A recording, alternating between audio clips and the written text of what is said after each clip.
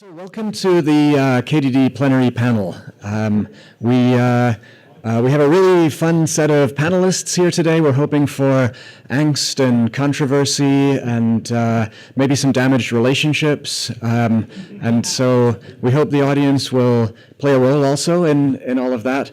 Our topic is the future of artificially intelligent assistants. I'm Andrew Tomkins. This is Muthukrishnan. We'll be your moderators for today. One quick word on format. So we're going to go through a series of questions. For each question, we're expecting, for the first one, we'll actually use it kind of as a position statement and hear from all of the panelists. Beyond that, we'll throw out questions. We expect a couple of the panelists will probably jump in to take some positions on the response, and then we'll immediately open up for audience input as well. We have a couple of microphones. Please wait for a microphone because we're recording before you give comments. Any perspective is welcome. There's so much happening in the world of artificially intelligent assistants today that there's a lot of material that we can go through. So let's get started. We'll start with just a quick round of introductions so you know who our panelists are. To your left is Usama Fayyad is our first panelist. His perspective is very broad. He's quick biographical word. Usama, I first met when he was my boss's boss at Yahoo. He led a data management and data science organization that was extremely successful in the company and wound up being quite influential in the way that Yahoo made use of data, and also spawned the Yahoo Research Organization. But in addition to operating as an executive in an industry research setting, he's also spent time in a number of large companies in different verticals, including most recently several years as the chief data officer at Barclays Bank. He's done a number of startups. He's a pioneer in data mining. He's a KDD Innovation Award winner and a Service Award winner, and he's also been involved in the kind of incubation community all around the world. So Usama Fayyad, and to his left is Larry Heck, who is my colleague at Google right now, but before that he spent several years at Microsoft, where he was responsible for the speech programs in the research organization, including the initial creation of what became the Cortana project. Before that, he was at Yahoo. He ran the search research organization for a period of time, and was responsible for all of quality and ranking for Yahoo Search, and before that he was at Nuance, where he was the VP of Research for Nuance's speech recognition. So Larry has spent much of his career understanding dialogue, speech, and how people interact through voice with computers, and so he'll bring that perspective to us. And then Muthu will introduce our other two panelists. Hi, welcome to the panel. On my left is Deepak Agarwal. I think I met him and we had office next to each other at AT&T, but he was a brilliant statistician. But that was 2 lifetimes away in tech world.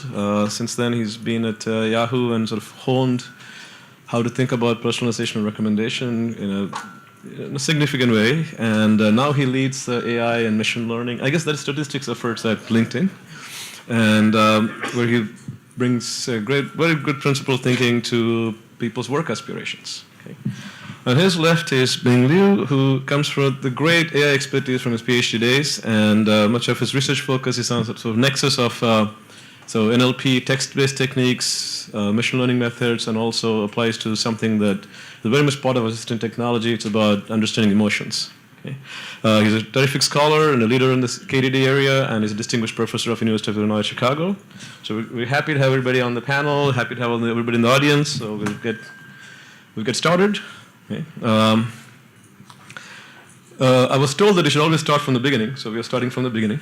Okay. It'd be nice to have the panel members comment on sort of what's the current state of AI assist technology in terms of successes, some of the market challenges, and sort of talk a little bit about general progression of next couple of years, a few years of where the technology would be.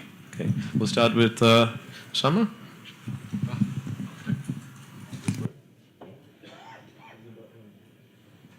There's an on button. So I guess in this room we'll stand up when we speak. Let's see. So I have been involved in utilizing the artificial intelligence bots, the chat bots for text, and the of course voice recognition bots. Let me start out by saying where I think the most successes I've seen, where it's actually robust and working. My favorite application actually is very mundane, but if you look at browsing your cable TV channels, finding programs, asking it to tune to a particular channel, find when a certain movie is showing, or find stuff on demand, that stuff now is working very well on multiple platforms. And it's very impressive, right? It's a testament to an ability to listen to a show, because, by the way, two things are critical here. Very narrow domain, even though it's a rich set of programs. It's an easy search problem underneath it. And keyword spotting and techniques like that work very well there. So the speech-to-text part of it is very robust, and then the text search part of it is very reasonable. So it works really well. The other one that probably a lot of you use are, and maybe some of you hate, but I happen to like them, a lot of the what used to be called IVR that are now sort of more automated bots that can talk to you on the phone, ask some questions, try to respond. And in narrow domains again, very good performance, pretty accurate, can handle, I can tell you from the enterprise side, they can handle 80 to 85% of incoming calls and queries, which is huge, because a lot of the companies have to maintain very big call centers, very expensive, training those people, getting them on message, making sure that they don't do stuff when their mood is bad, and all that kind of stuff comes into it. So this is significant, and the stuff there works. Now let me talk about the disappointments. There's been plenty of, well, several I should say, of platforms for chatbots, to support chatbots. I'll share with you a couple of experiences, one with Barclays, and I'll talk a little bit about another one with Blue Kangaroo, which is a startup. So this is at a very large enterprise and a very small startup. Barclays, the team got very excited about these chatbots and said, well, we can probably use them to do customer support. So we started out with the Facebook chatbot. Didn't quite work, didn't generalize. We said, oh, you know what?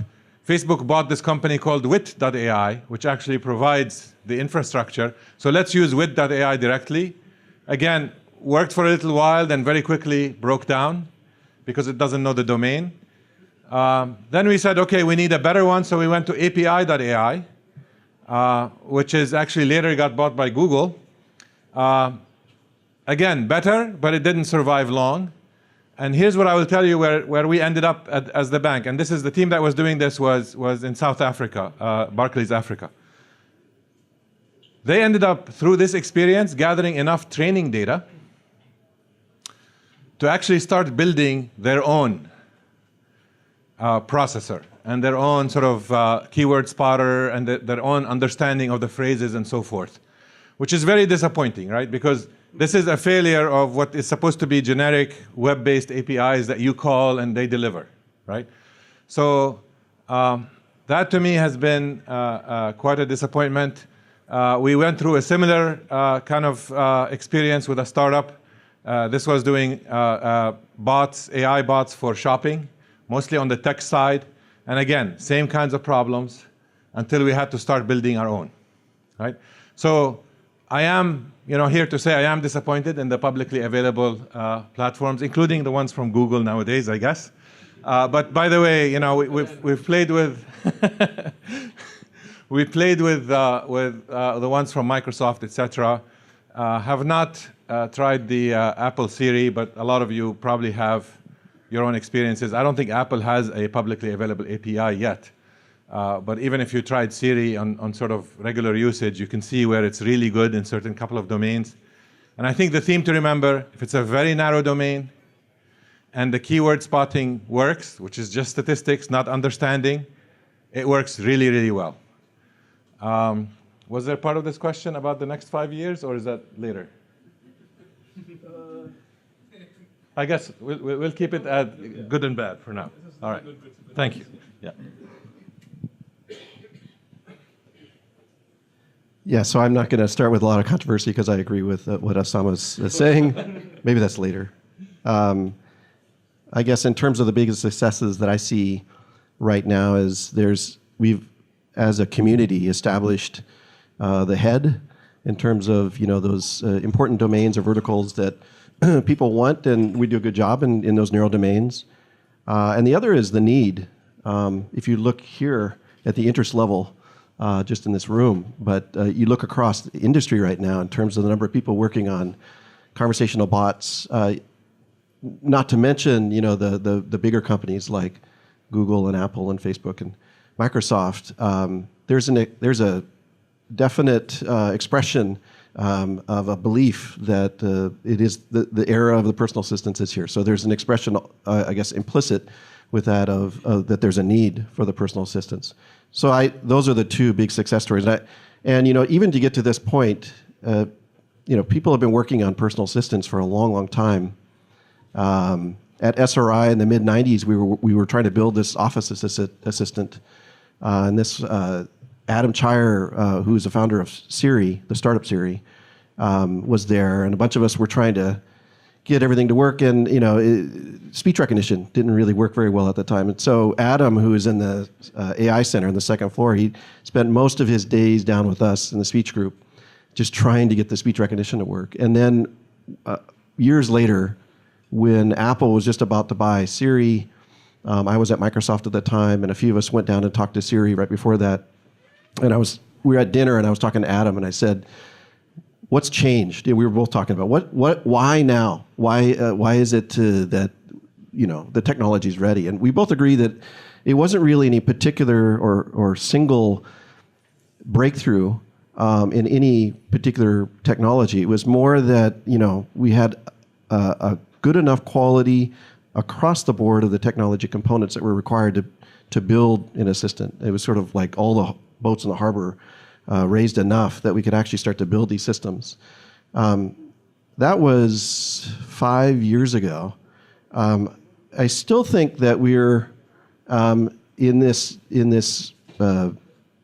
situation where we can build, as Usama said, we can build domain by domain, do a pretty good job of building assistants for them. But in terms of extension and breadth to the torso or the tail, there's still a lot of work to be done, a lot of technical challenges, which we'll talk about later. So I guess flipping that to the positive, what I would see is biggest success in 5 years down the road is significant advancements on how third-party companies that want to, like Barclays, that want to build a personal assistant can do that without having to build their own NLU technology, being able to leverage toolkits that are made available so that this building of personal assistants becomes democratized across the board, and that we can start to hook these assistants together to get breadth.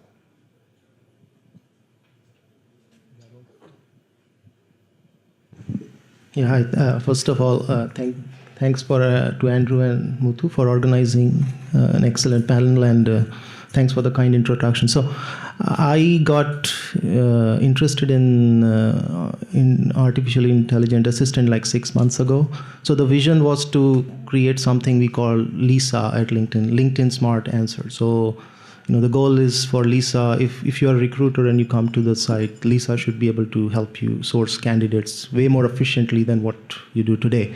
If you are thinking of a career change, then there should be a career coach that can actually help you decide what should be the next career play you should take. So that was really the vision we had in mind, and we started working on it for 6 months, and I've learned a lot about this field. And again, I agree with what Usama and Larry said. So we started with that vision, but for so far, we realized that the technology is again very good.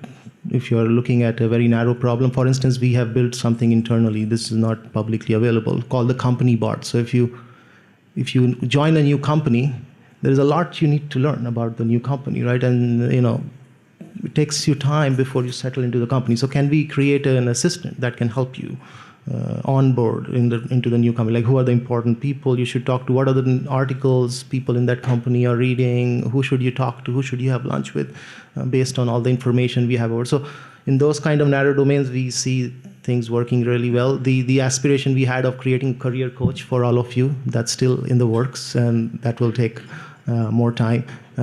We have been trying to use a lot of open platforms like the Facebook and Microsoft bot framework to do things. So what we have realized is these platforms are very nice, right? They have a nice framework for you to put things together and roll it out, but they're still minimalistic in their approach, right? So you still have to build a lot of things yourself. Like, for instance, you have to figure out of course, you all have to know what your problem is. I mean, if you don't know the problem, you're not doing the right thing. But then once you know the problem, what is your state space, and how do you train your models? How do you collect your label data? What kind of NLU model you need to train? So that all of that thing, how do you orchestrate your dialogue? What reinforcement learning technique you should use? This is all something that you have to do yourself today. Right? I know there are a lot of research that's happening, and these things will slowly become more available on these platforms, and then things will become much easier for all of us to be able to build these artificially intelligent assistants in the next 5 years. I believe that's going to happen in the next 5 years. We are going to solve a lot of small, narrow problems, as Usama was talking about, and our lives will become way more efficient. In fact, this will probably, it could be like we will be at an inflection point in 5 years, and artificial intelligent assistants could become as ubiquitous as search was. Like 15 years ago, when search became, really high quality, thanks to all the work at Google, we now don't think about it. It is part and parcel of our daily life. So I believe this is going to happen. And once you have a nice ecosystem and a lot of people are working innovation, the speed of innovation is going to increase, and things that look very difficult today, I think, would progress much faster than what we think. So that was my point of view. As the last person, I don't really have to say much because everything has been said. So I just want to say a few things. One thing is basically this chatbots really got people interested in natural language processing, and also, create a lot of jobs. And another thing is I show some sort of that trend chart. If you see the natural language processing, it's also going up. So we know, which is a very good thing. For me, I got into this chatbots when I first get iPhone. I really tried the Siri over the years. I've been trying. I never liked it. I never sort of feel this is useful until not the Siri, but later on when I went to my daughter's university dorm, and she has Echo in her dorm, and she was using that all the time. And then I went there. I said, "Oh, this has become useful." And then she said she was using Siri all the time as well. So I think probably we are too old. I guess, yeah, it's true. It's true because my daughter, she said that friends is doing that too. So we probably need to know, the young generation, the new generation, not really young, but the new generation or the even smaller ones. Because for example, my PhD students, he graduated a few years ago, and his children, his son is now 3 years old, 3 and 4. He said the son now think that guy is a part of the family. Yeah, it's seriously. He said this is bad or is it good, or the people get when they start very small, they get confused. Sometimes why don't you take this guy go for dinner or something? Why did this guy does not sleep? like, because we have attachment with pets or this kind of thing in the future, especially when you have a moving one, now it's not the moving one. And now you don't know, everybody, for example, everybody was like a mafia king, right? You got a whole assistants following you, that would be interesting. So I think it's a very interesting area. So the negative points, of course, I think that currently the system is, to my feeling, I mean, not my children's feeling, I think the technology is still not there yet to some extent, of course, which gives us a lot of opportunity to do lots of research. I'm particularly interested in the two aspects. Of course, my research was being sort of sentiment analysis, opinion mining. Obviously, I'm interested in the emotional things where you get, human beings are very emotional, and then you want to talk to something which is very flat, which is very uninteresting. It's a bit boring. Another thing is regarding technology is also, can we make this kind of bots that learn by themselves, not just given the rules, given the patterns, and training the thing, and then leave this thing to just to work. I mean, without learning in the process, which is quite interesting. Another thing I think that contribute to the bad quality of certain bots is I know a little bit of company. I did a little bit of consulting on something else, but not on this thing. I realized some of the companies they want a bot. They can't get it, so they just ask the hardware guys, why don't you just go to study the bot to build us one? I mean, in 2 months. I mean, obviously, this guy don't know anything about natural language processing. I mean, how can they build a good bot? I mean, it's very difficult. And another thing is sort of knowledge acquisition, because I'm sure everybody, especially these older guys about artificial intelligence, one of the things is knowledge acquisition. It's very tough. It's very difficult to do. Although you know a lot of stuff, but when you come to actually to tell the bots what kind of pattern should I put in, it's not that easy. So that's why many of my experience has been when I ask a little bit simple thing, I mean, when you ask one more thing, you don't know what the guy is talking about. Okay, I think let me stop here.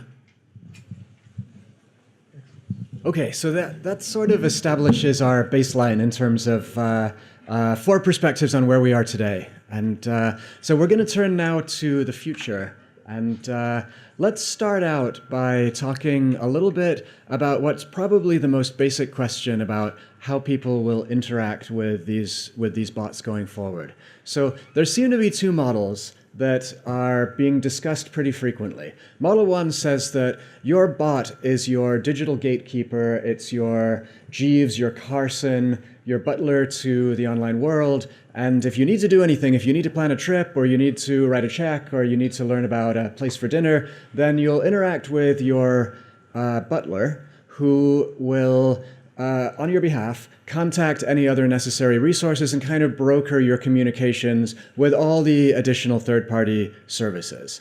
So that's kind of the Jeeves model. On the other hand, there's the other model that says, no, that might have worked for aristocrats in Downton Abbey, but it doesn't work today. What we do instead is we tend to have relationships with all the different service providers. And when I need to think about my vacation, I will go and talk to an individual travel planner, or I may even talk to a specialized agent for a particular service provider. When I need to do financial, I have this person that I talk to about finances. I talk to my tax person about taxes. And so it'll be the same thing with bots. We'll have individual relationships where I'll talk to my TV about one thing. I'll tell my toaster not to make the toast too dark. And so the question for the panel and for the audience is, which of these 2 worlds is likely to happen? Will we predominantly wind up communicating with a single agent that knows us very well and very deeply and can operate on our behalf? Or will we predominantly wind up spreading our attention across a large number of different bots provided by different entities? So of the 2 models, I guess I'll take a clear position. I guess Andrew's comments that if you have a butler or an assistant, you're aristocracy. So I guess I've been aristocracy since I left Microsoft in 2000, because I've always had an assistant. Actually, after I left Barclays, I now have 2 assistants. So maybe I'm a big believer in look, the world is complex. And actually, from a services perspective, because of the internet, because of what's going on, it's gotten more complex. your ability to even remember, or where do I go to do this and where do I go to do that, is diminishing quickly. If you're working in the real world, in a job where you're so busy with some other higher priorities, an assistant is absolutely essential, right? I mean, when I left Yahoo, actually my assistant quit and left and worked for me for another 5 years. I'm a strong believer in the brokering model because it sort of helps you simplify. I think potentially if the assistants get to be intelligent enough and good enough, and by the way, I'm not very bullish. You know, unlike some people on this table, I don't think it's the next 5 years. I think it's beyond that, because for an assistant to be effective, that assistant must have common sense reasoning. And common sense reasoning, you know, don't believe any of the AI hype you've been hearing. Nobody has even given a little dent against the problem of common sense reasoning, which, by the way, even a small child can do. So we still are very far in the AI world from having solved some of these fundamental problems that are very important. Whether it's deeply understanding intent, modeling emotions, all that kind of stuff that we do naturally is still difficult for machines to emulate. I do think eventually we'll get there, but it's a much longer journey than 5 years. So my belief is, to democratize this, if we get good, we do need that broker. I think we need that broker today. Most people are unable to navigate the complex world today anyway with the information overload. And I think these bots will play a big role by creating that broker that will actually then farm it out to the other sub-brokers and come back with an answer. Google kind of acts like that for me today. Increasingly, I hate to admit it because over time I used to compete against Google, but I think they have won. Because right now, the first thing I go to is that Google search box. Even if I'm looking for somebody else. I mean, today I was searching for people on Twitter. I couldn't find them. I had to go to Google to find them on Twitter. So it's actually pretty good. Anybody want to take the other side? So I'm not going to take an entirely other side, but I'll say there are two kinds of bots I can think, assistants. One is goal-oriented tasks. So if I'm doing a goal, if I have a goal in mind, like I have to book my vacation or I have to find a restaurant, then I like the broker model. But then if I'm not feeling well and I need a therapist, then and if I need to do a chit chat with someone, then I don't want to use my broker for doing that. So I want to go to a different bot if that's the case. You must not have an assistant. Yeah, I think the way I look at it is I think it evolves over time. I think that there is a need, there will always be a need to have a assistant that gets to know you very deeply. And, like you think about a human personal assistant, if you've had an assistant, when you first meet the assistant, they're getting to know you, you're getting to know them. Often you will bring in, let's say it's a third-party service, you will do it together initially, so that there's kind of a three-way. But the assistant that's getting to know you gets to know you by how you're interacting with this third party. And over time, some of those functions that it gets more and more confident that it can do for you, it will take care of for you. And of course, that's a trust relationship over time. So I think, to me, it's the model sort of shifts over a period of time as the system's learning. I think I have sort of opposite view. I definitely would like to have assistant which basically knows everything about me and they can help me with everything. The problem with that is, how can you guarantee the privacy? I don't know. I don't want some company or whatever to have everything about me. And I would really like to have sort of individual services. At least you guys do not collaborate with each other to connect my dots or things like that. I'm not the bad person. I'm not saying I have something to hide, but many people, I do feel so. I don't really want one company to know everything about me, which is not good. Yeah.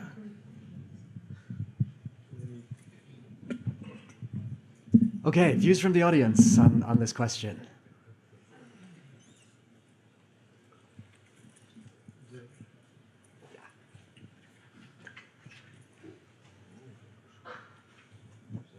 Hey, I feel like there could be a solution that consists both views, kind of because we could have a specific purpose bots that then also have a bottler bot that talks to those, and like the bottler bot would understand and know you, but the specific purpose bots would like take care of booking vacation, etc., etc.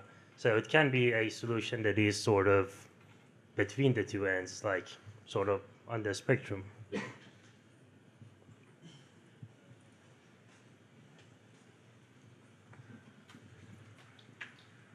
Right. From the customer point of view, I think that's a digital gateway may appear more attractive because I have a Echo in my home too, and I like to talk to him and make it to do a lot of things for me. So I only need to interact with a single point of contact, right? And but if I have to handle with the different agents, that could be a lot more difficult for me because I need to configure each of these agents and maybe have a different software installed, and I don't like that. So for customer, simplicity is, I think, is key.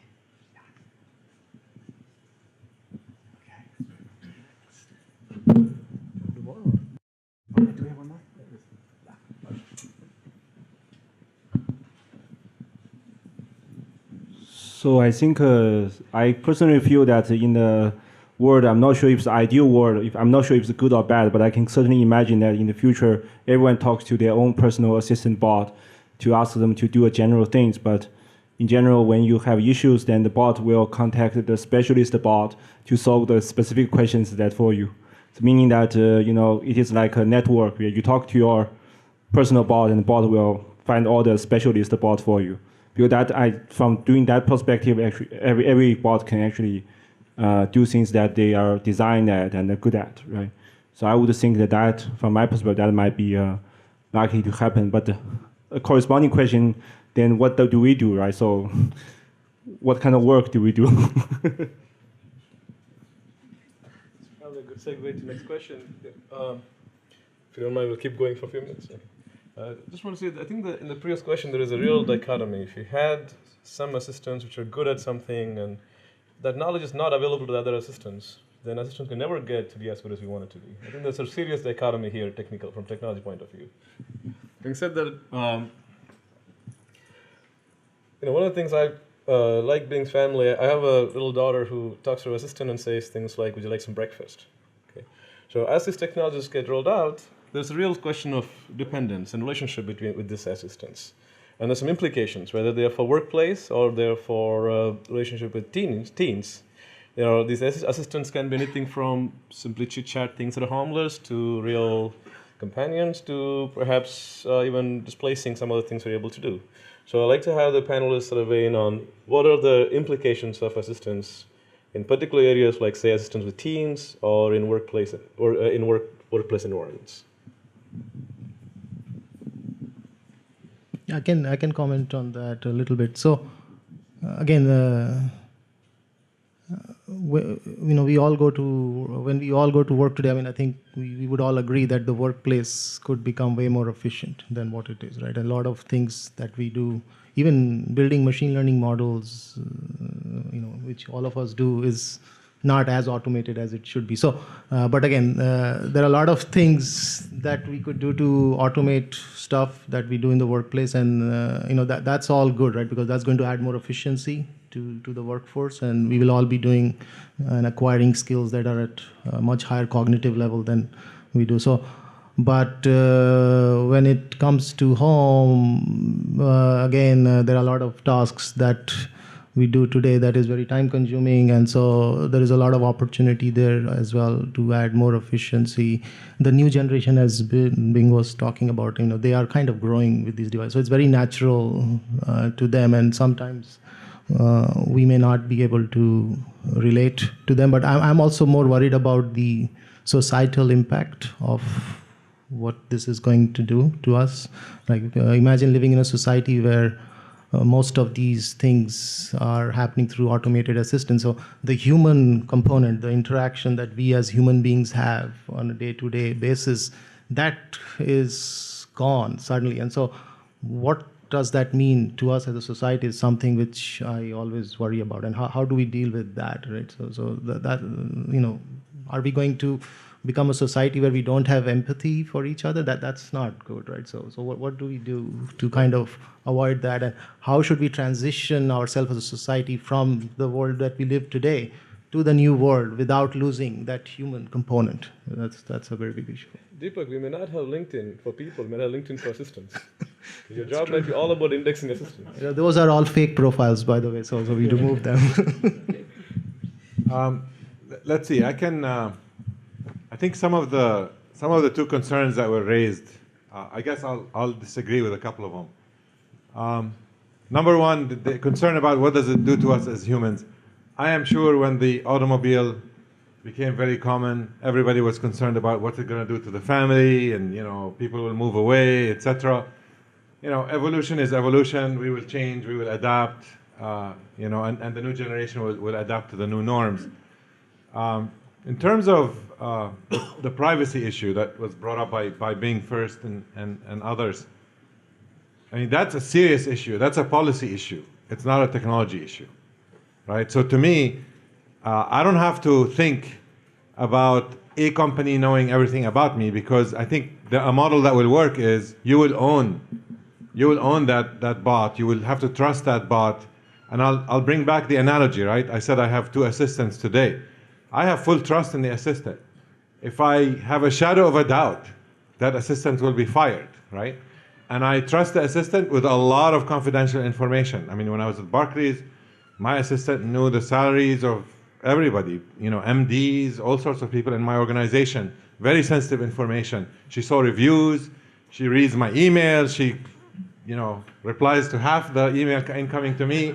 So those are, the trust is needed. And you map that to technology. What it means is you should own it. I mean, there's a real case going on now. I don't know if any of you heard about the case involving Echo, where, now remember, this device by definition has to be listening all the time in case you call for it. If it's listening all the time, is it recording what it's listening to? So there was I think a fight between a guy and his girlfriend or fiance, and a murder happened. And the police actually went to Amazon and wanted to get potentially the recordings of what was happening in the room at the time of that murder, right? Now, you can think of that as a potentially, reasonable use and maybe a justified intrusion. But think of other stuff, like if this damn thing is listening to you, disagreeing with Trump or disagreeing with the CIA or whatever, it can get very scary. So we do need to solve the policy issues. These are not technology issues, policy issues. It's very, very important. I mean, I've been dealing with data privacy, and now it maps into, sort of these devices taking over your life. I'm sorry, I need to speak up here. I work for Amazon. I'm not speaking for Amazon officially. Charles, introduce yourself. Yeah, hi. My name is Charles Elka, and I work for Amazon. And I want to stress I'm not speaking for Amazon officially, but I can categorically assert that the Echo device is not recording continuously, and that Amazon is not storing continuously what people are saying in front of the Echo device. That is simply not true.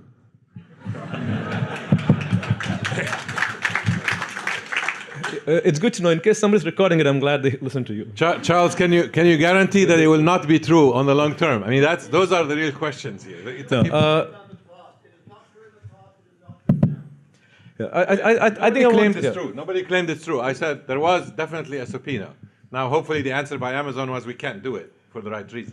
Yeah, I think I want to pull back a little bit to focus on the teens, for example. Okay, we're now talking about the questions about privacy, questions about sort of emotional dependence and its implications on the society, our lives, plays out a little bit differently when you think about youngsters and teens as opposed to people like me. Okay, so Bing, do you want to say something about this, or Larry? Yeah. I mean, for teens, obviously they grow up with this technology or with all kind of stuff. Even for myself, for example, I'm doing this review kind of study. I was trying to ask people whether, when you have a good experience, are you going to write the 5-star reviews for the books or something?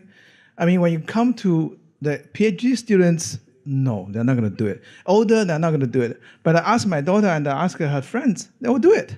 They say, yeah, I'm always on that. I say, I like that stuff. I just read a few lines. I mean, that they got used to that. So another thing I want to mention was basically, I don't know what is this bots, although now they don't really help the children so much in terms of the homework, that kind of stuff. But as time goes by, they might go there. That's going to make money, and it's going to do something. And whether the children's are not going to study that much, and even now for example, now you have this GPS, right?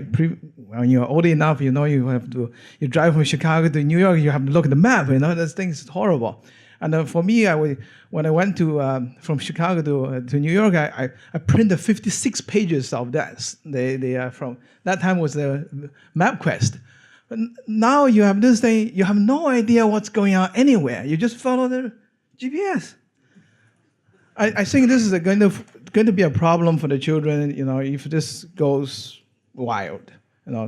They can find anything, and they don't have to do any hard work. You don't learn the skills of doing research or whatever, and they're probably not a great thing. All right. Yeah, so I have a senior in high school and a senior in college, 2 boys, and talking to them about how they would like to interact with assistants and how they are. A lot of what they do is, of course, there's the social network aspect, but a lot of what they like to do is media, and they like to do group activities. And so my oldest son, we were talking about YouTube, and YouTube gets watched a lot on TV screens. And I was asking him, well, when would you do that? And he said, well, when I have my friends over. If I don't have my friends over, then I'll just watch it on my laptop. So there's implications, I think, with respect to multiple devices and having this seamless interaction with personal assistant that cuts across, not just the box that's sitting in the house, Google Home or Echo, but being able to connect over to the TV and that sort. The other thing is with respect to modality, there's a lot of work that's been done on chit chat kind of interactions, and what I see and what I understand talking to my sons about this is that probably like most people, they don't think of chit chat being separate from doing something, having the system complete a task for them. They just sort of view it as it should be able to have this conversational capability. So this unification of the implication of the technology is that the experience should be seamlessly going back and forth between chit chat and then climbing down into completing a task, then go back up to chit chat, and it shouldn't feel like it's a separate kind of experience. Okay, so we're sort of looking at these 2 verticals, teens and workplace, just as a way to flesh out what sets of issues arise that are very different than what we think about in a common consumer use case. So thoughts from the audience on things that we're missing with respect to those 2? Anybody want to take a stance and say that this will be great for teens to have a robotic buddy to interact with, or damaging in other ways, or that the workplace view is going to be very different?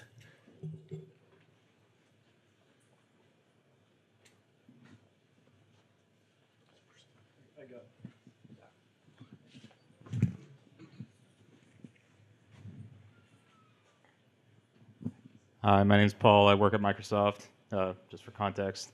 I guess one of the panelists brought it up, I think, but one of my main worries is I have small kids, 7, 7, and 5.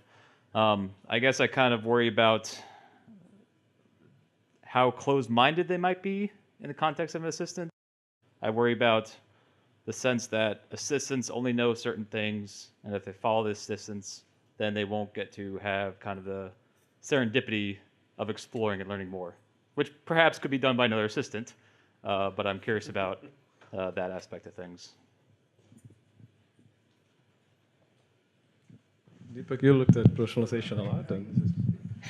Yeah, so I wanted to, I may not answer your question directly, but I think there have been numerous studies done that show that we learn much better, and we are more creative if we learn in a social setting.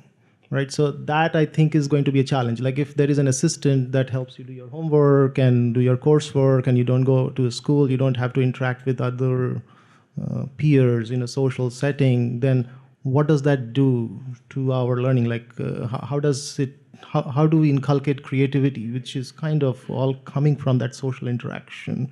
That's something which I really worry about, and that may address some of the issues you're talking about, but maybe in one dimension, not every other dimension that you talked about. Okay, and one more audience comment here. Hi, I'm Hung from Google Research, and kind of inspired by all the panel speakers, I have some thoughts related to both the first question and the second question. So I think one thing interesting we can think about is the incentive of the user, if it's one personal bot or one specialized bot assistant for each services. Like if I can feel like my personal assistant knows all of my incentives and objectives, let's say I'm booking a restaurant or travel, do I want to save money, do I want to maximize experience for my family, or do I just want best education for my kids and so on. If I can kind of tell my personal assistant that incentive and I can trust it to kind of carry out on behalf of me perfectly, I might like the one personal assistant model. But if not, maybe I want to be the one who does the brokering and negotiation with the other assistant, which may have different incentive, like to maximize the revenue of each company providing that services. And regarding to kids, I'm not sure if kids are mature enough to realize that there might be different incentives behind different assistants, and therefore some assistant might provide education or entertainment with a hidden agenda, like trying to educate kids in some way to maximize their benefits. So I think these are all interesting questions to think about. Thanks. Okay, one last comment on this question, and then we'll move on to the next one. Thank you. Thanks. Yeah, by the way, this is a song Luo from Capital One. About this question, I think that it's unavoidable that this is a digital assistant will get into the education system, schools, camps, and also we need our kids to spend more time with these digital robots like Echoes or other digital assistant. So they can become smart. They will know a lot of things, right? Kids can ask them.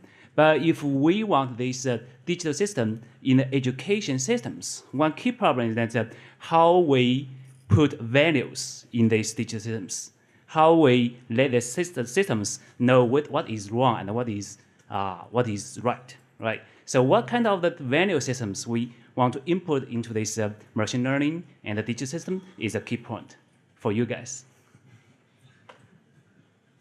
Okay, thanks. We're gonna take one small step out into deeper philosophical waters for a second, and then we're gonna come back into some more hardcore technical questions. So our next question is touching on some points that have come up a couple of times about what your assistant should be able to do on your behalf and how much it would be natural to empower the assistant. So I have 4 scenarios here. First scenario says your assistant might respond to somebody else by saying, "I'm sorry, Joe's not available right now." And that seems pretty reasonable. One step further, your assistant might come back to you and say, "Oh, you asked me to book a show? I booked you the 7:30 show. It turned out that was the best time available." So this is now making a little bit of a decision about which one in particular to book based on some higher level guidance. The third one says, "I found a great date for you this Saturday night, so dress nicely." So now we're moving into something where sort of imagine this assistant is actually kind of trying to draw some conclusion that might be a reasonable thing to do. And for my 4th example, just to go extreme, by the way, I bought you a house. So, so the question is, what can we say about what's realistic for models for how to cede power to your assistant to operate on your behalf?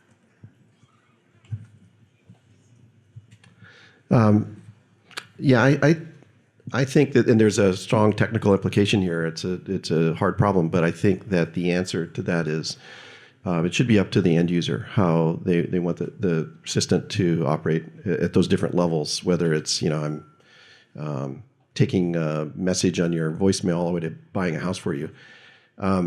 But to have, if you look at the current state of the products that are out there, none of them really are very configurable by the end user, or at least maybe slightly configurable, or teachable.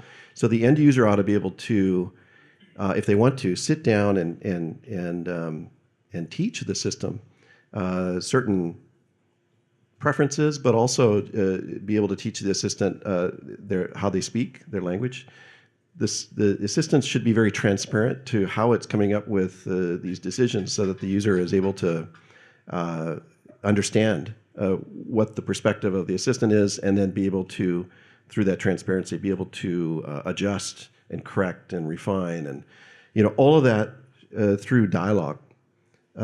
Being able to, there's some early examples of being able to do that by power users, where they can go on and program up, like IFTTT kinds of capabilities. That's something that's important to that particular person, but it's still in the earliest stages. And so I think if to me, the answer is that we empower the end user. We make it very easy for the end user, but it's very complex technically to do that, to just have a conversation with the assistant, and then have it configured so that it operates on all those different dimensions how you want it to.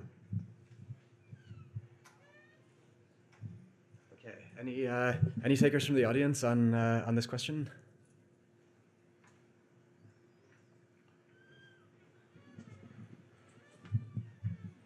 I think in the future we have to live in the life that you actually live with your assistant, which is part of you, or maybe a ghost of you, because he actually, there's a couple of different things, like we all want to be, we grow up with our own personality. We don't want to be individual uniqueness. And, with assistant and build up based on machine learning algorithm doing similar prediction, we might in the future look very similar, right? And so how, and another question also is, if I have assistant, you have assistant, so if your son play with his friend, is the assistants of your son also play with the assistants of your son's friend? So I think in the future, we actually facing a very interesting thing, and it will going to be true, and maybe happen very soon. So we have to prepare us in the future how to think. We will leave a group of something that virtually exists in the machine, but maybe physically actually attached with you with emotion. Yes. Yeah, I might be comfortable with my assistant buying me a house, but I'm not comfortable with Andrew's assistant buying me a house. As long as they play nicely together. Okay, so let's return to shore briefly and talk about the technological underpinnings of these kind of assistants. We're not limiting ourselves to dialogue. There's been a lot of interesting discussion to suggest that non-dialogue based assistance in many settings is clearly the right thing. But across the board, the next question is, what are the key technical holes in what capabilities we have today that will need to be addressed before some of these things that we've touched on in addressing some of the social implications become possible? And from conversations with the panelists earlier, I'd particularly like to hear from Deepak on some of the questions around elicitation, from Larry on some of the open questions in multi-round dialogue, and then any other directions the panelists and the audience would like to take this one. Yeah, so one of the technical challenges, I believe, which is very important for us to solve is in a multi-turn dialogue system is information elicitation. So I've been working on recommender systems and search for a long time. So I feel those systems solve the easy problem. Like, you ask a question and you get an answer in one shot. For recommender, you just come and based on your implicit interest, you provide but oftentimes you don't get the right answer. Like, for instance, if you're doing research to buy a house, the assistant is not going to understand exactly what you need right on the first turn, right? So how do you efficiently elicit information from the assistant? How do you formulate the right set of questions so that you can reach the right answer with very few turns as possible. That's actually very important. And moreover, the interaction has to be more humane-like, right? So if it is only machine-like, then you're not going to be very forgiving, right? These are all statistical systems, right? So every statistical system is going to make some errors. And so the key here is to make the conversation a bit more human-like so that you are more forgiving and you continue the conversation. So those things I believe are very important technical challenges. The other things of memorization and language understanding, if you set up your state space and all that stuff properly, I think techniques like memory networks and other things, they are already showing a lot of promise. There's still a lot of work to be done, but I believe that statistical learning problem would be easier to solve than the elicitation problem. Yeah, I don't think that there will be a single assistant from a single company that will suffice to be able to cover the breadth of needs for skills or knowledge of users. And so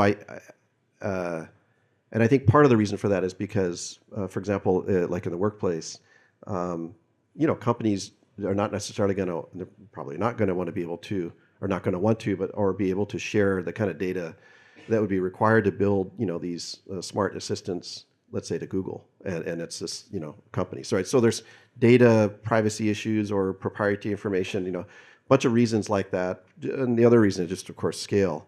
So that's one of the technical problems, or at least there's implication for technical problems there. And the other is just lack, even within domain, within vertical, like Usama's example with Barclays, is just the lack of training data. And when I say training data, I really am not so much talking about just the language understanding piece, but training data of full dialogues. How does the system learn how to actually have a multi-turn dialogue interaction? Well, you have to have data of multi-turn dialogue interactions, not just single turn. And that kind of data that's annotated at the level that the current technology requires is very expensive to get and hard to get lots of data. But I think there's a couple product trends, approaches that are happening now, and I think that it challenges us as a community with a bunch of research problems. One is to combat this issue of scale. Companies are putting a lot of emphasis right now on building up ecosystems for third parties, building tools so that third parties can actually create their own bot and then attach it into, let's say, the Google Assistant. Like Alexa, I think it has more than 10,000 skills that they've built out, which means there's 10,000 of these separate bots that are in the ecosystem. I think that's really being pushed right now. Of course, the technical challenge there is, it's really easy to bring up a bot for one of these domains to a certain level. But and you look at the tools that are out there right now, most of them will get you to a base level of understanding quickly. But to get to the level of quality that most of these third parties want is very difficult. I really don't think any of the toolkits that are out there right now suffice. And so as a result, companies end up trying to throw away the toolkit and they have to build their own from scratch. And so that's it's really hard technical problem for us to solve, which is how do you democratize the construction of high quality, not just bots, but high quality assistants. And then assuming we can do that and we solve that problem, then there's this interoperability between these bots, this lingua franca that has to emerge if we're going to want to share knowledge back and forth between each of these different assistants. How do we do that? Is it standards-based that we try to enforce? I don't think so. Actually, I think that we can only go so far with standards because companies just are not going to. We've tried this, and I've been involved with this in multiple companies, and it's difficult to get third parties to adhere to low-level technical standards. And so there are some levels of standards, but it's got to be relatively high. And of course, the reason for that is to share knowledge, share information. And that leads to another technical problem, which is this transfer learning adaptation, which is if you have an assistant and then it's a sort of a combination of many third-party bots, can each of them benefit each other? can, in other words, when let's say I have an assistant that already knows how to book a flight with British Airways and American Airlines and maybe 3 others, and then Southwest Airlines comes along and says, "Hey, we want to build, a bot." We ought to be able to greatly reduce the amount of training data that they required for Southwest Airlines because the system it's sort of collectively learned. But there's a lot of technical challenges on how to do that and retain the proprietary information of the third parties. There's lots of great research questions here. The whole algebra for kind of how to combine all these agents. But I want to hear sort of a university perspective on some of the research challenges here. Basically, I'm basically in the 2 communities. One is data mining, and another one is natural language processing because I've been doing this sentiment analysis. Recently, I've been thinking also about these bots. I think if you're just doing this machine learning, keep training whatever algorithm you're using, I don't think you're going to get it, right? For example, when I say certain things, why do I say it, right? And also, why do I ask you a question? What is the information gap? What is my curiosity? Those kind of things. I think we need to probably have to study those kind of things a little bit more in order to understand this conversation and also to understand sort of what kind of thing you should say. What is the intention of this person who say this type of stuff? And then you can get to get the answer this person and ask this person additional questions based on your knowledge.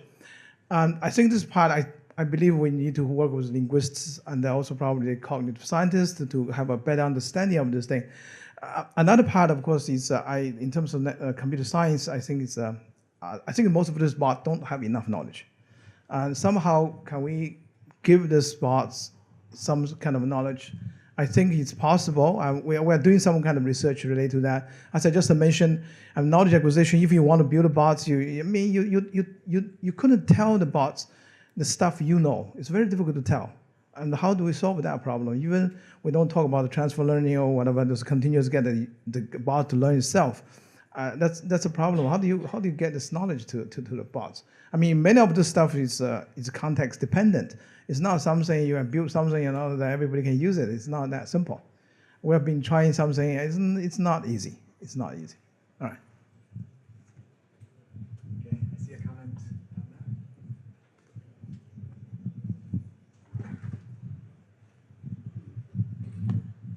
So I just wanted to bring one issue which I think is particularly relevant for this discussion in the data mining community. And my key word for that is serendipity. So we may have fantastic recommender systems that are based on machine learning, sophisticated similarity measures, and so on. And they're very useful to recommend a book.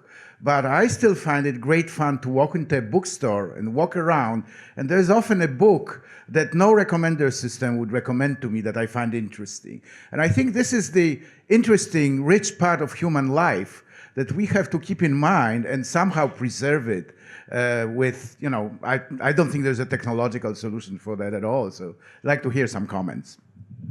I think Charles can build something for you, Nico.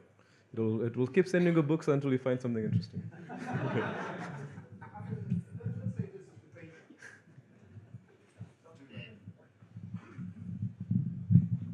Marco Grobnik. So one comment to this technological things, right? So what Echo and Google Home and so on brought, right? So remove lots of friction in communication with relatively complex systems, because of speech recognition and so on. But still, right, the channel really got very narrow. So the channel is really text and no visual, nothing, really text. And this is one of the weakest parts of AI, text understanding. Basically, we cannot do it, right? So we count words, we find patterns, engrams, and that's it pretty much. Maybe sentiment, okay, here and there, right? If it works. Now, this is one part. So I expect in next years, based on what I see, where the funding goes, right? That this text understanding will get much better, let's say in maybe 5 years' time, right? Once text understanding, and these are problems like paraphrasing, for instance. So the same thing can be said in so many different ways, right? We cannot do it at the moment. Once this will be solved, at least to a certain degree, then this narrow channel will get way more useful. Yeah? this is one part of it. And then you mentioned, I think, lingua franca, right? So this lingua franca effectively is knowledge, right? So we can call it personal knowledge graph, maybe. Something which is accumulated during, let's say, days, weeks, years, and so on. Right? And so this mapping from, well, speech, words, texts, right, into this personal knowledge graph and a bit of reasoning on the top, right? So this probably is way more complete chain, and we are just on the beginning of it. Right? And also this many 10,000 skills, or how many we have, right? They probably will communicate with this personal knowledge graph. So I can imagine that this will be way to go. At the moment, these are just isolated apps, pretty much, nothing more, right? To remove, just my point really is to remove further friction out of the system, right? So this text understanding probably is something which will bring a little bit more revolution in the whole thing. So you talk about the text understanding, and then you say, I mean, people just use text, and actually not true anymore. Because in the natural language processing community and also the CVPR community, they're doing both text and the images. So the caption, of course, that's one, but there are also more sophisticated stuff. And now there are also people doing three modalities. You have a speech, you have the pictures, and also you have the text. So that's a very interesting direction to go. I think if we don't go that direction, I think we're not going to make it for the just text it alone. Yeah. Other comments, missing technologies.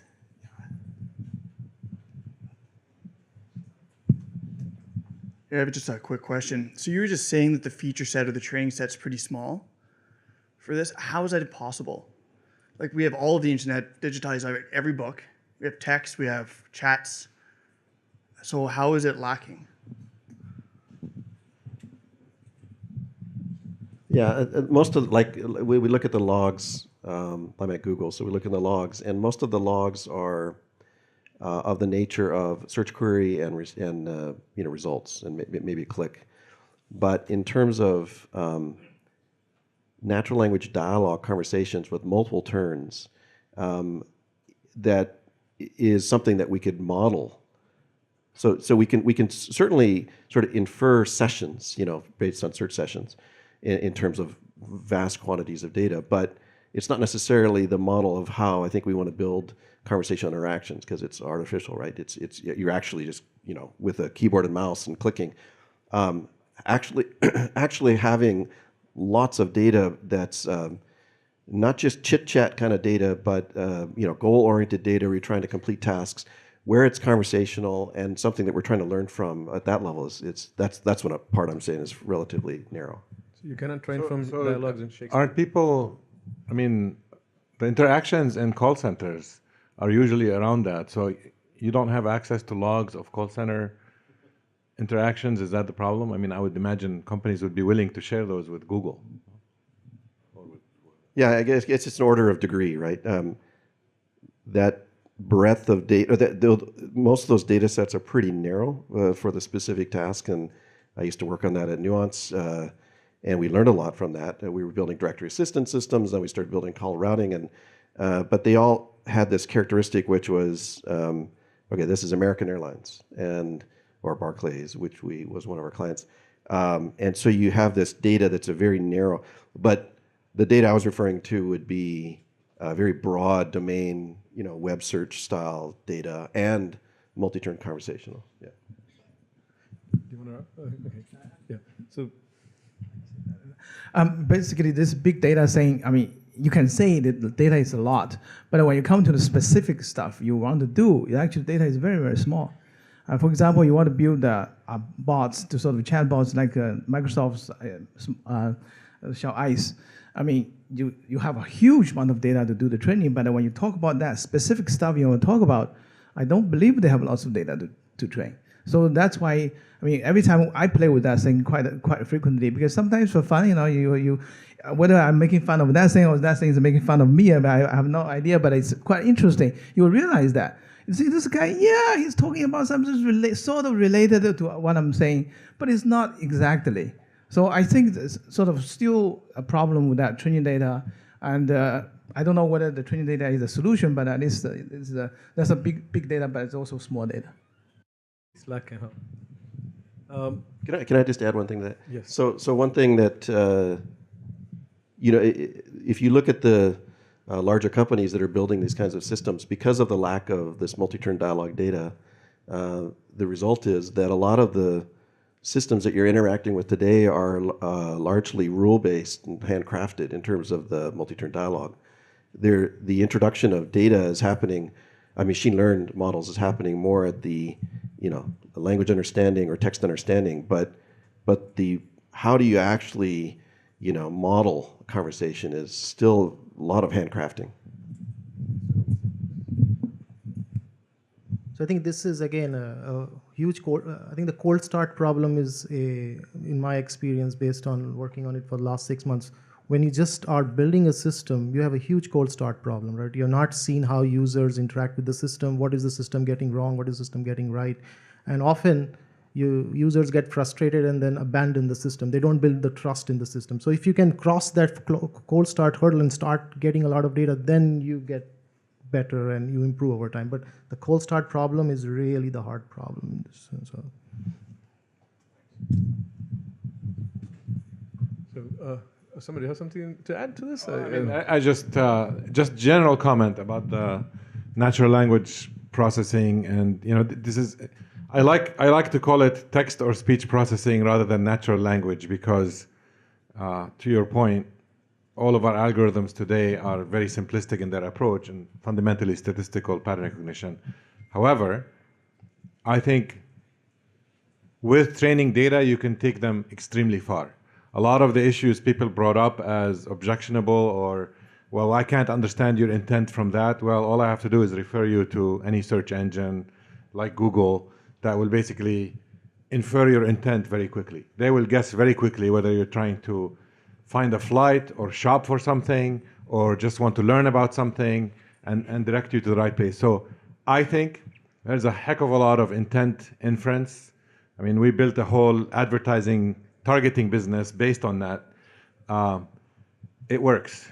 So I do think it will take us a long time to crack the natural language understanding and reasoning problems.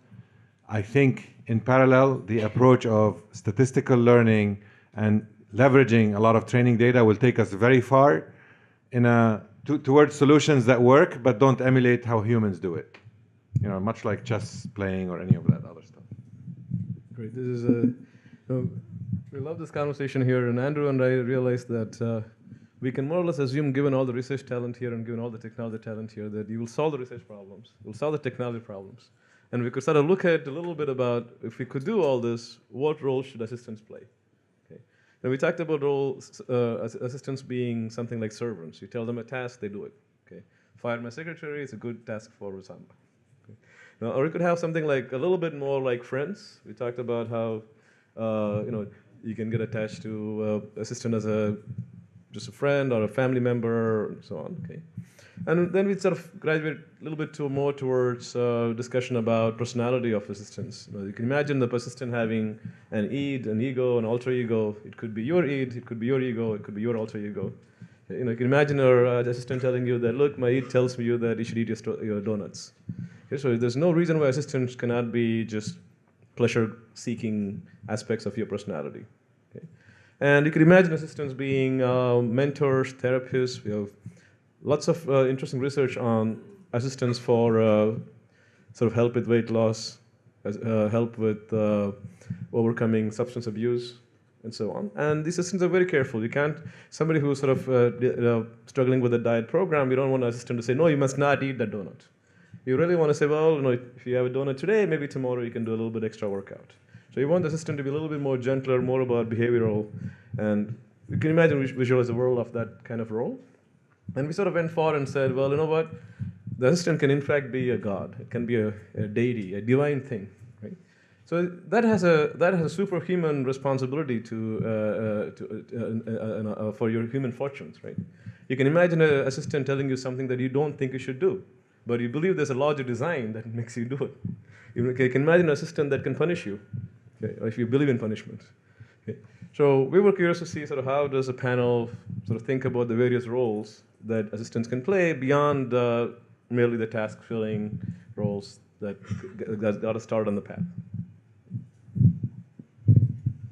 Okay, so just to recap, assistant as servant, assistant as friend, assistant as mentor or therapist, assistant taking a psychological role reflecting part of you, or assistant as sort of neo-deity. Where do people stand on what are the right metaphors to think about here? And either what you think would be the right outcome or what you think would be the likely outcome, either from the panel or from the audience if people want to jump in. Yeah. Hello, Zara Ahmadian from Boeing. I would like to bring attention to the issue of mental health. It's one of the cases, it impacts people from different age groups. When it comes to teenagers, they struggle with peer pressure, feeling of being judged, a feeling of loneliness, and sometimes it becomes very difficult for them to communicate with another human being about what they are going through. And having an assistant with whom they already have a relationship, and then maybe you can have plug and play sort of, you attach these psychological assistant to the existing assistant that the user had, and now can assist them in help them express themselves, gain some awareness around what they are feeling, and perhaps follow some treatment or start changing their behavior or what they're feeling, or follow certain treatments. I think that could have a tremendous impact on the way we treat those scenarios right now.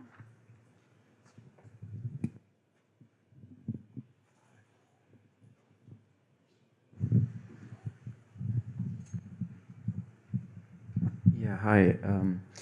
So my comment on this topic is, it would seem to me that an assistant's incentives should be very clear. And sometimes you might have an assistant that's taking a certain action. You kind of want to know why. I think someone alluded to that earlier.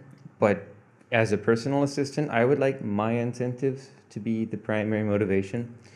And that gets into how do we collect feedback? And just because an assistant recommended something and it was a wrong thing, and I only found that out outside the band, how does that all get blended in? So whatever path we choose, whether it's a deity or whatever, it should be very clear. And people should be aware of this thing, and maybe their own personal thing should be clearly specified to the assistant.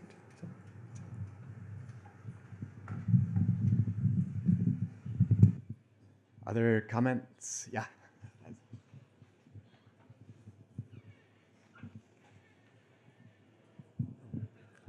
I guess I'll just kind of add that I'm kind of skeptical about any kind of benefit that this technology would bring to humanity. It just seems to me that it's going to make us lazier, dumber, and just outright more boring. And I know people always bring up the car example, but for every car example, there's always there's another nuclear weapons example, where yeah, we knew about that technology, and now arguably we'd regret having it. Andrew. Well, we're thinking about AI assistants for animals, so this might be a planetary way to deal with this. And there's one more comment. So, another maybe potential role is assistant as kind of confidant. It links to what you were saying over here about intentions and trying to share your intentions. But if you have an assistant as a confidant, then there are some certain obligations that come with that, which perhaps require learning to be distributed and data to be held more locally, especially when it's very sensitive about long-term intentions and deeply held thoughts and feelings. Any responses from the panel? So again, this is just an example. So how many of you have used Stitch Fix, right? So I mean, that's a good example of a personal stylist. It's almost like, it kind of sends you clothes and it makes you dress better, right? So you can think of your hairstylist doing the same thing. So there are already examples of it's not a deity, but, it's kind of understanding your behavioral attributes and helping you become better. More mentor coach. More mentor coach, Life coach was an example that Andrew was talking about. And the career coach example I was talking about, I mean, we are not done with that, but imagine if you can have an assistant who can be your career coach, who can look at all other people's career trajectories, and say, oh, well, looks like this is the best transition for you. Deepak, I'm not sure you should be talking about products in life. So, look, I have a little bit of experience. We're trying to do a project which is health coach. So health coach, basically the person, the sort of specialist that will give you instruction, ask you to walk 20 steps or 200 steps or whatever, saying that. I mean, I was interested because I said, I want to lose some weight. I want to get this thing to help me. The guy sent me too many messages. I mean, you didn't work today or something. You did not do something. And then I switched this thing off. I think I can't be bothered. It's too intrusive. It's really too intrusive. So I still think it probably will be better to be a sort of slave, and really listen to you. Don't give me instructions, say I didn't do this, I didn't do that, which is not. But I think all the options, what Andrew just said, all those options, I think they're going to happen. I mean, somebody might be using it. If somebody is not using it, slowly they will be improved, and there'll be researchers always looking for a problem to solve. So don't worry, all these things will happen. Although you don't like it. Look, I think whether assistants are useful or not, I think is not a debate, and I'm not too worried about what happens to humanity if they got good assistants. I think the trick is to have a good assistant as opposed to one that's too verbose or too repetitive or too boring. Like I said in the beginning, I rely a lot on my assistant, and the relationship gets to be strange, and it muddles a lot of these. It crosses these boundaries because definitely her job is to make me efficient and sometimes happy. Her job is sometimes to intervene. Like I would tell her, book me on this flight, red-eye flight to here, put me up there, set up these meetings, and she'll actually not do that because she'll say, I decided this is bad for your health. You're not going to do a red-eye. You're going to check in the night before, and she insists on it, and in the end, turns out to be right. So that part is good, and I actually have a personal appeal for Deepak, for God's sake. Turn off the congratulations on your new job at LinkedIn, because it's almost going to make me quit all of LinkedIn. Every time, I added here, I was the chair of panels, and I get thousands of congratulations on your new job. So, a great example of a very dumb assistant. Okay, that had a nice personal touch to it. So we had a comment over here about how can you back to the assistant and how can you kind of tell it when it's not behaving correctly. So switching to a slightly more technical question, generally we believe that you can only optimize the things that you know how to measure. And so developing a metric for the performance of an assistant seems really important. So we would like to have a clean metric. It might be that depending on the role that you have in mind for the assistant, the metric for a slave may be different than the metric for a friend. But what metric is appropriate? And how do you do A/B testing of these metrics? How do you measure the performance of an assistant? So that's the question. Yeah, I think right now, because the technology is relatively static, it's not configurable by the end user, like I was talking about earlier, and what the gentleman referred to as this transparency of the assistant, so that you know why it's making decisions. Because of that, the metrics are relatively simple. They're very similar to search. Search generally is impersonal. And so these metrics are, I don't really see much of a difference in the long term between search and personal assistant. I think there's a convergence related to, making our lives boring. I don't think anybody would think search engines has made our life boring. I think it's opened up. It's just a question of precision. And, we expect that the assistant has more precision when we ask it to get an answer to a question. We don't want 10 blue links, we want the answer. Or we want to complete a task, not have a list of different things that we could do or force us to browse through. So it's more of a continuum. And the implication for measuring the performance of that is, it's going to follow something similar to what we're doing in search. There's relevance, and then there's or precision recall, and sort of this trade-off between this precision recall and you know and efficiency, how quickly it gets something done. However, if we can develop technology, which I think we need to, critically important, where the end user gets to is in control. They decide what role their personal assistant's going to play. They decide, you know, how well it knows them. It knows the user decides what kind of language it wants to use and expressions it wants to use, and is able to teach the assistant. Then the measure, I think, ultimately is at the end user perspective is, you know, how much utility is this personal assistant giving the end user? So this macroscopic, you know, measures that we would do with current technology about, well, you know, 87% of, you know, the sample of data worked is not very appropriate. It's more of given a single individual and trace how successful they've been for a month without any major issues or system failures for that one individual, and then do that across all individuals. So the metrics becomes much more complicated and much more at the individual level, I think, is where we have to go. Yes, I think I agree with Larry. So Larry was mostly talking about the online metrics when you are measuring, but I believe for research purposes, it's also important to have something like a UCI or WINE thing where you can evaluate things offline. So that work, there have been some preliminary work done by scientists at Facebook, and you know they have already released some data to evaluate multi-turn dialogues in an offline way. So I think that's also very important.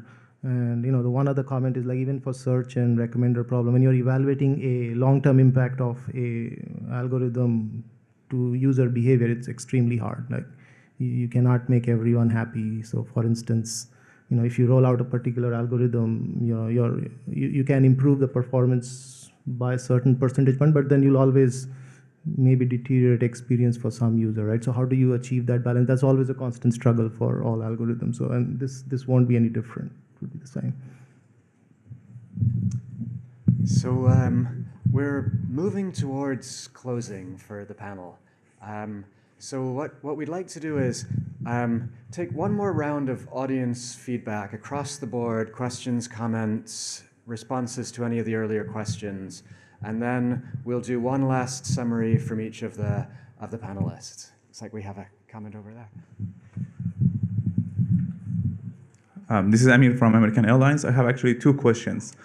You talk about regulation a little bit. I would like to know, to hear your comments about regulation. Specifically, Elon Musk talked about regulation in AI, and I'm talking about general AI, not personal assistant. And the second question is more about the future of the general AI. Should people be afraid, in the sense that the job's going to be replaced? They have to adapt to the new situation. Thank you.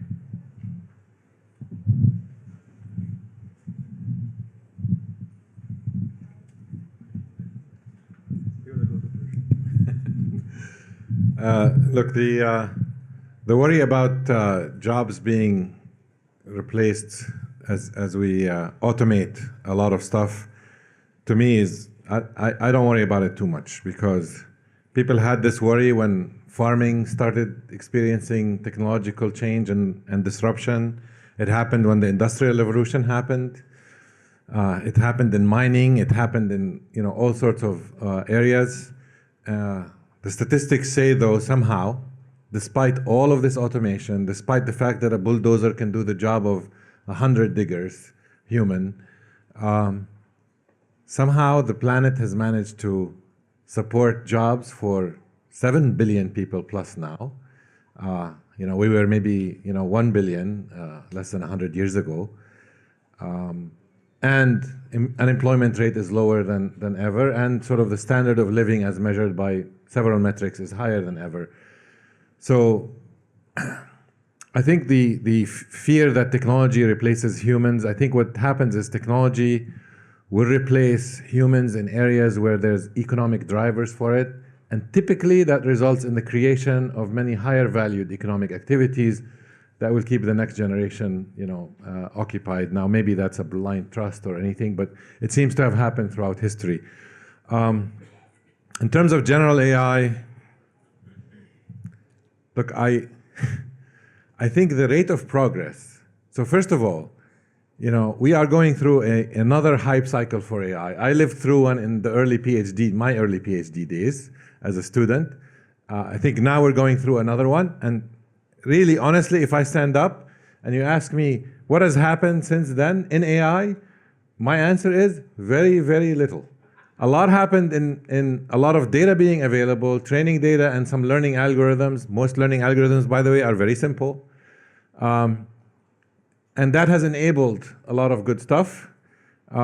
So here's what I would say about general AI. I think we will solve the problem over a very long term. But I do think where humans seem to focus and solve problems in a very dramatic and disruptive way is when there's an economic model behind it. So there's an economic model that says we need to produce textiles and complicated patterns in textiles and all of that at scale. And humanity, by the way, roboticized that space, 40, 50 years ago, more than that even, at an amazing scale, right? Because there was an economic model. I don't think there's an economic model that says produce for me a general AI. Therefore, I think progress will happen, but at a much, much, much slower pace. So I'm not worried. I probably, for my life and my kids' life, I don't think we'll be replacing humans with AI. Maybe long-term machines will replace us all, but in the long term, our star will fade and the whole solar system will disappear. I think there's also hope that this AI assistants will need human assistants, so we might have jobs. Okay. Yeah, so I want to comment more on the job side. So again, I agree with Usama that in the long term, human race is resilient, and we didn't have a profession called extreme yoga back in the 1900s, right? Now we have. So we didn't have search engine optimization like 15 years ago. Now that's a well-known discipline. So eventually we will have, but I think we have to approach it in a thoughtful way, right? Because this is definitely, there are 3% of our population today provide for their families by driving a truck, right? And suddenly those jobs are gone and they'll get displaced, and asking someone who has never coded in their life to suddenly learn coding is not very easy. We also have to transform our education system, right? So we have to start making sure that the next generation is going to be well equipped with the skills they need to have a job in the future, in the future world that we are going towards. So I would not call it regulation, but I think there have to be some strong policies that we all have to, that a government has to kind of adopt to kind of prepare us to get as much advantage as possible from this new AI age. I have a different opinion. I think in the past, all this sort of industrial revolutions, all of them just basically replaced the physical jobs. None of them have replaced any of our intellectual jobs, right? But now the problem is that we are getting to the points that are going to replace us. Those people who need some sort of human skills, whatever service skills, you're not needed. You're not needed. I mean, we guys here, we probably don't have to worry. We still have a job. But many people, many years later, it's very possible the service job will be gone. Definitely will be gone. For example, this kind of assistant, then who need the secretaries anymore? Right? And the lots of call centers, I mean, there's no need to have people. So that's a problem. I worry that will happen. We don't need researchers anymore. No, we still. So I have a technology question. I'm going to quote you on that one. I have a two-parter technology question. So the first part is about a decade and a half ago, there was a lot of work on semantic web and followed on to like things like Sparkle and so on. And I'm curious, do you guys in practice utilize any of that work, like any of the reasoners or anything like that? The second part is even further back in time, there was this whole expert system thing that happened before my time in the first AI heyday. I'm curious if you guys use any of those things or ideas from that time, like the rule-based stuff, because these days there's just all this push towards deep learning and people are like staying away from rule-based systems because they don't scale. So do you have any insight into, are rule-based systems still being worked on the industry side? Yeah. So the question about Sparkle, yeah, definitely. If you use Google question answering, if you ask it a question, you get an answer. A lot of the back end is relying on an internal version. It's not exactly Sparkle, but something similar. And it's a querying language across a knowledge graph. But of course, the knowledge graph, or I don't know how widely known this is, but even as big as our knowledge graph, it still only covers maybe 10% of the kinds of question-answer interactions we get. So, we have other technologies that's relying more on parsing results from the search engine and pulling answers out, this sort of thing. But yeah, definitely, query languages into knowledge graphs is definitely, I would view it mainstream right now for question answering. And then with respect to rules and the role of rules, absolutely. I mean, like I mentioned earlier, even at the level of dialogue right now, just basic control, basic policies of a dialogue engine. Most of the personal assistants that you're interacting with today use rule-based, handcrafted policies. Not to mention the higher levels of inference and reasoning that we're barely getting into. And so as I've seen, my origins was in speech recognition, and I started working on speech recognition in the mid '80s. And not that long before then, there were rule-based systems in the '70s for speech recognition, and there was this transformation over to more and more machine-learned models.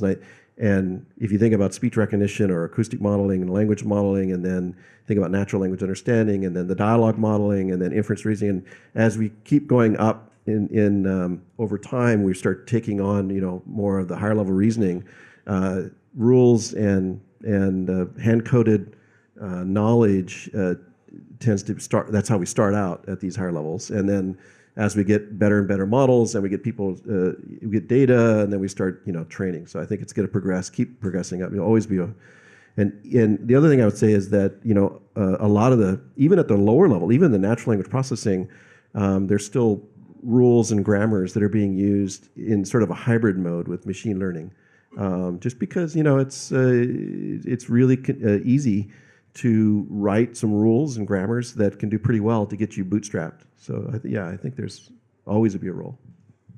So we'll take one last comment from the audience and then move into the closing. Yeah, hi. As someone who grew up in research quite a bit, I felt that a lot of the progress that we made in the past came from benchmarking of data sets that we could sort of compare our results on, right? The UCI ML was fantastic way back, and these days ImageNet is really good for seeing how much progress deep learning is making. Maybe some of our conversation could be a lot more focused if we all agreed on, here are some referential public data sets on which we expect conversational assistants to do a good job. And I think these days, these sorts of data sets exist, but it's pretty much siloed in many different companies. And maybe we could all make some effort to come up with some referential data sets, so at least as a field, we could make progress faster. Yeah. Google, we want to hear all those chats. Okay, last comment. Thank you. So one area which we didn't touch upon was impact of personal assistance on the supply-demand chain. Like if right now we do demand forecasting, imagine if everyone's assistant knew what they want, if they want to book a flight, and then could give the providers and suppliers, instead of forecast, factual information about what the demand is. What would it look like? How would we provide services, and what are the consequences of that? I want to hear if you have any thoughts on that. How would it impact the industry? Sort of connects to VCs and ecosystems and new models, and I don't know. Any take on this? You could do this without assistance. Well, I think the idea, I don't know if you want to say, but I think the idea is that assistant could skew this demand. By being a careful assistant, you could make sure that you always suggest American Airlines at the right times. Yeah. I think there's a game theory aspect to here. So I saw there were a few more hands going up. We'll kind of moving to closing now. The panelists are here. We also have a coffee break afterwards. Please feel free to come up and continue the conversation. But just as a way of closing things out and sort of summarizing the discussion and the perspectives, the final question for the panelists is, could you take a stance on what you see as kind of the one technology that you'd really like to see over the next however many years, and one technological outcome that you're most sort of afraid of seeing?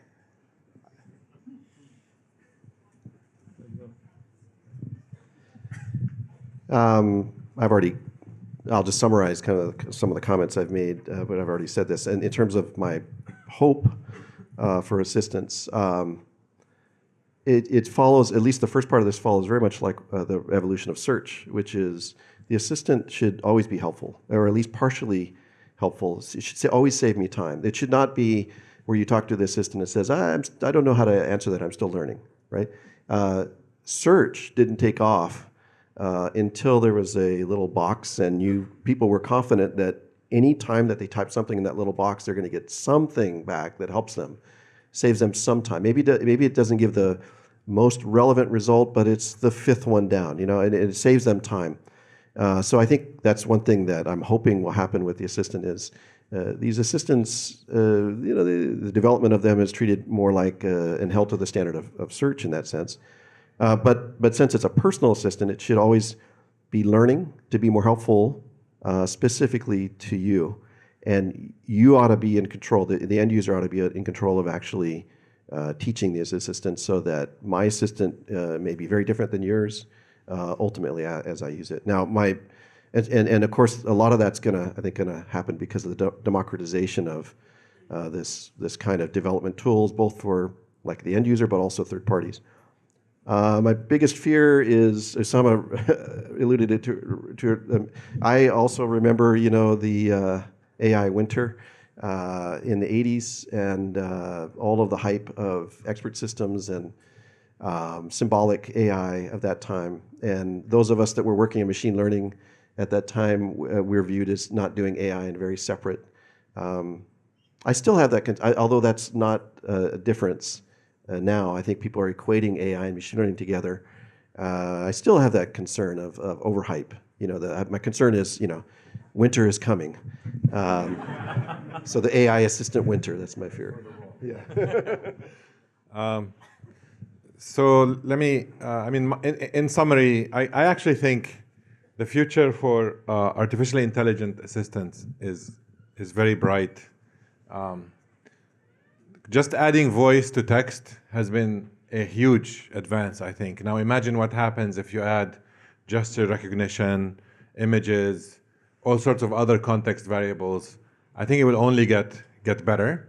I do think, though, like I said before, it's going to take a while. This is really an extension of the search engine today. So to me, I already see a lot of the things you desire from an assistant happening slowly as search engines become better, and very good at redirecting you to the right place, right? Google will redirect you to a travel agent and will redirect you to other specialized engines, at the right time. And sometimes they don't do that, and it's bad.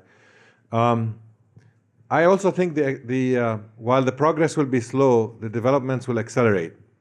So because of the availability of data, because of the data collection that's happening, because of the big data technology that's out there, and because it's now possible to start sharing the appropriate data sets with the appropriate kind of arrangements. That's going to be the thing that's going to drive the knee in the curve in this technology and will sort of get us to the next level, if you will. So on that front, I'm very bullish, but I think this is like every other exponential curve. It really looks very, very boring, and it's going to look like not much is happening for a while until suddenly the knee comes, and then it's like a whole other world, which actually we saw that happen in search. We saw that happen in a lot of other technologies. It's going to take a while.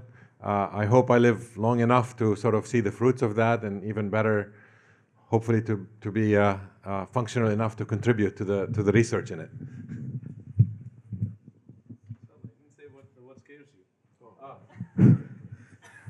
I will categorically say I am not scared about anything in this area. Go forth and research the heck out of it.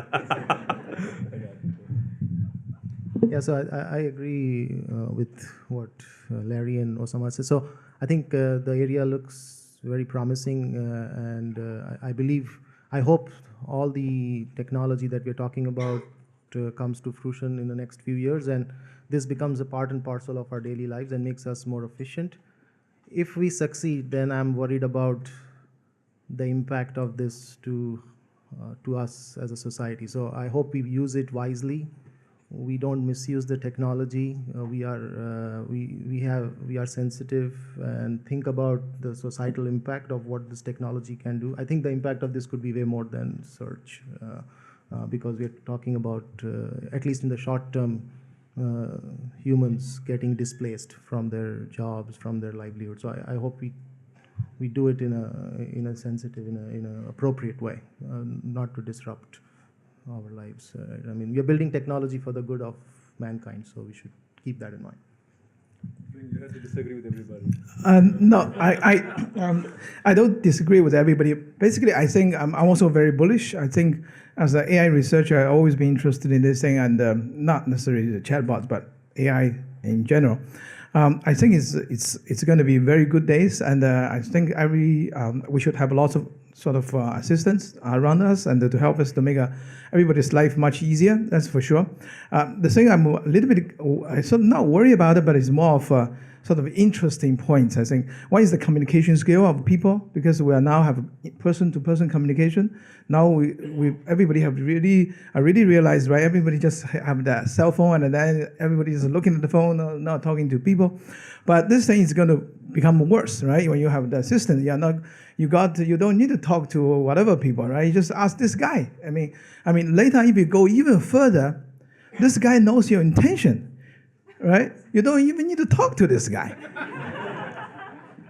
Then we don't need the language anymore.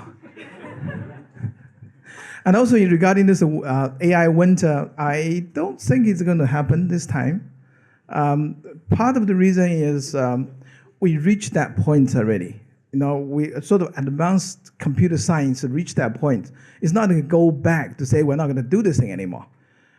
If you think about the other areas, right? I mean, what are other areas? It's not like many years ago the machine learning algorithm is still no good. That sort of thing is still no good. But now we reach that technology sort of that place. You have to go forward. I don't think it's going to say, oh, it's going to go down. You're going to dig holes or something, do something else. I don't think so.